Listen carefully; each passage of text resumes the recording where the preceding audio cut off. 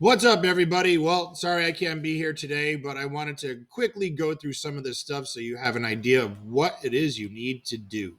So, for today, your do now is right on the slideshow. So, what is meteorology? So, take a minute, jot that down. What do you think it is? Hint, use the picture.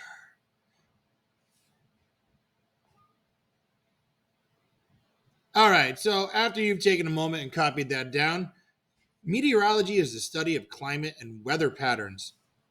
For today, we're going to go over the objective. We're going to take a look at your introduction to the formation of hurricanes. But first, let's look at your objective for today. By the end of class, I will be able to identify key vocabulary associated with the origins of a hurricane. By the end of class, your learning target, I'll be able to read and take notes on the hurricane. So when you look at this image, what do you see? What do you notice? What do you think the red dots are? What is that funny little icon? Hint, it's in the key or the legend. So, what we're seeing is the tracking of a hurricane. And this is how meteorologists can predict where a hurricane is going to make landfall. So, people could start getting prepared. Um, why is a hurricane symbol at 4 different points? Well, let's look at the dates. This is how they track it. Again, so people could start getting prepared. Remember, as we're looking at all of these things with the creation and the births of a hurricane, keep in mind the essential question: what causes extreme weather and how do people deal with it? So, yesterday you started a quick introduction by looking at this image here. You were able to identify that the trees are bending, showing strong winds. There's a lot of rain, indicating there could be some flooding. There's debris, there's some damage. There's no power to the buildings, which means there was more damage to it caused by the wind. But now we need to understand specific vocabulary. So I want you to now set the timer in the Google slideshow. You do that by clicking present, then hit play. And I want you to work on the vocabulary.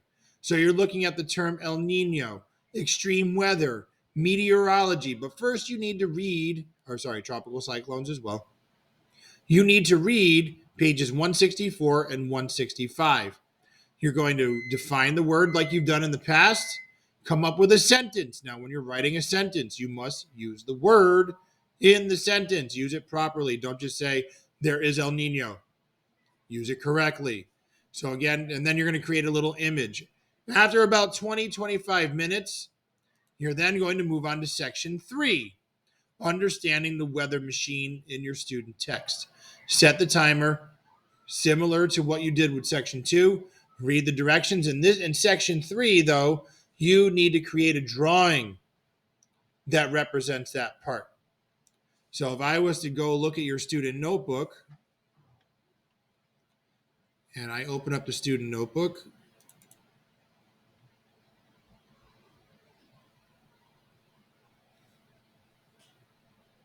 so we've already done the map. You just now finished up the vocabulary.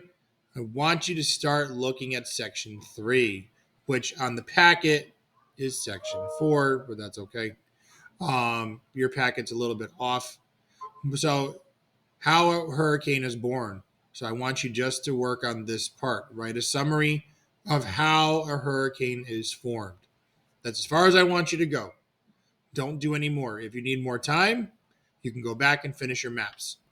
So that is as far as you're going to get. I've also included a couple of short videos explaining some of these items, but I will talk more about convection currents and trade winds. I'll do all that when I return next on Friday.